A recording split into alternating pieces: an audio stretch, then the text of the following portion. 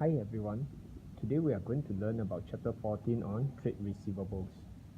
Remember that you learned before that when a business sells on credit, it does not receive an immediate payment from the customer even though the goods and services have already been provided. The amount that is owed to the business is recorded in the trade receivables account, which is a current asset and represents the amounts of money that the business expects to receive in the near future. However, when the business sells on credit, they face this risk called a credit risk.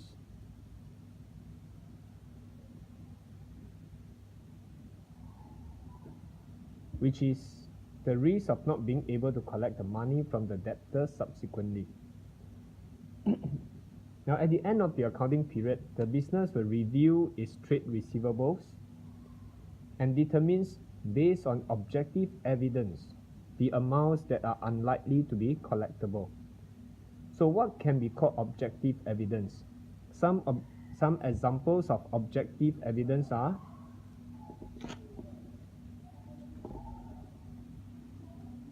the debt is overdue and no payment is received despite repeated reminders. There have been market news and rumors that the debtor is having financial difficulties. The debtor's check received after repeated reminders was dishonored by the bank.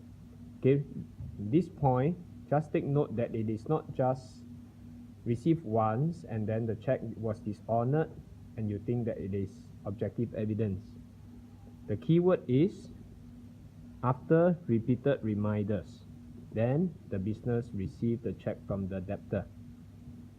The last point is attempts to contact the debtor are unsuccessful as the premises has been closed and phone lines have been cancelled. That means there's no way to contact the debtor anymore.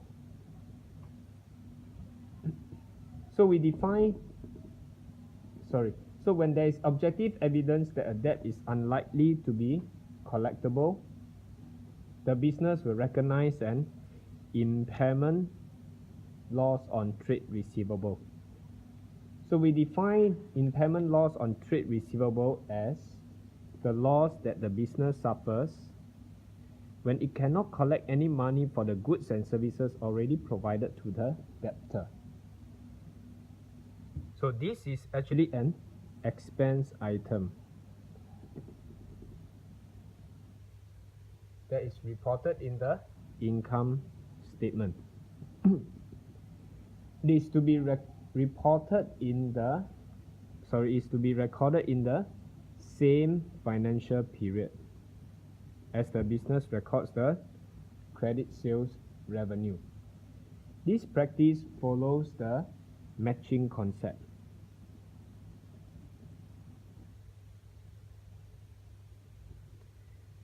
Which states that the expenses incurred must be matched against the income earned for the same financial period to derive an accurate profit.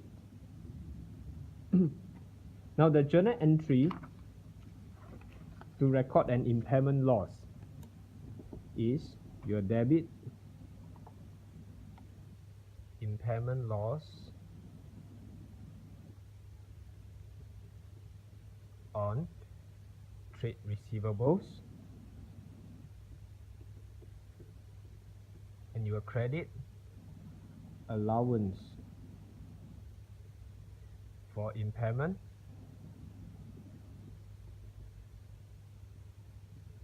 of trade receivables.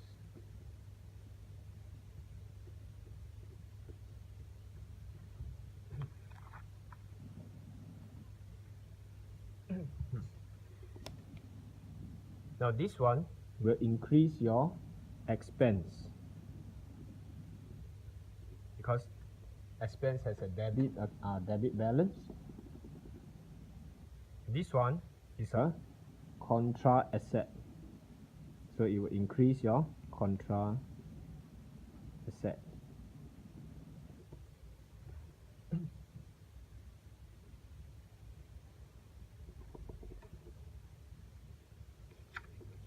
Now, what is this allowance for impairment of trade receivables account? Now, allowance for impairment of trade receivables account is the amount of trade receivables that is unlikely to be collectible.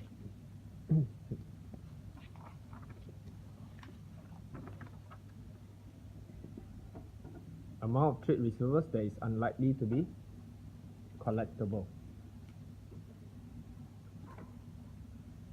Now, take note that this is different from the impairment loss on trade receivables.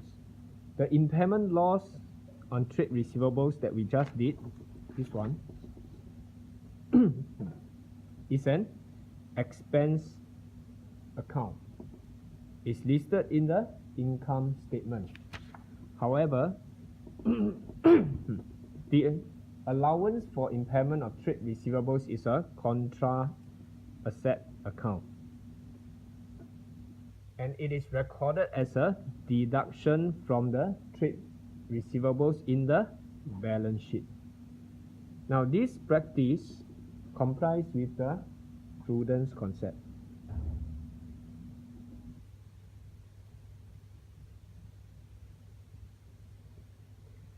Which states that businesses should not overstate its assets and so must adjust the value of any asset if its value is likely to be reduced.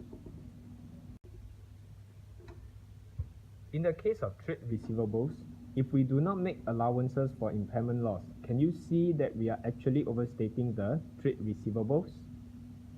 Take for example, if a company has a trade receivable balance, say, of $3,000, and there's objective evidence that $1,000 is unlikely to be collectible.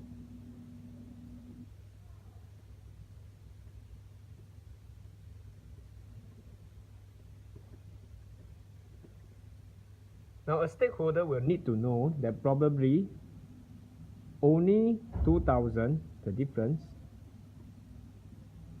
is collectible at the end. However, if there is no allowance made, the stakeholder will still assume that the whole amount of $3,000 is collectible, which is not an accurate figure as it overstates the assets. Now, this practice also complies with the matching concept.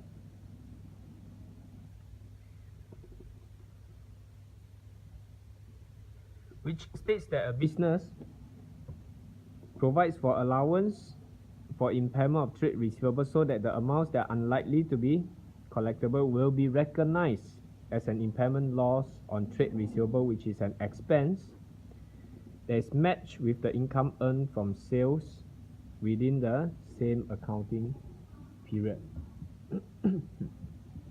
As we have already mentioned that the allowance for impairment of trade receivables is a contra asset account.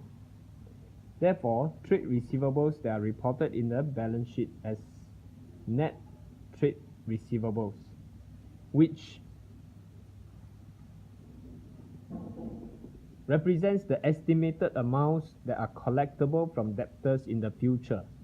So, net trade receivables equal to your total trade receivables for the year minus the allowance for impairment of trade receivables. Now, in the next part of the video, we will take a look at how we create an allowance for impairment of trade receivables in the first year of business.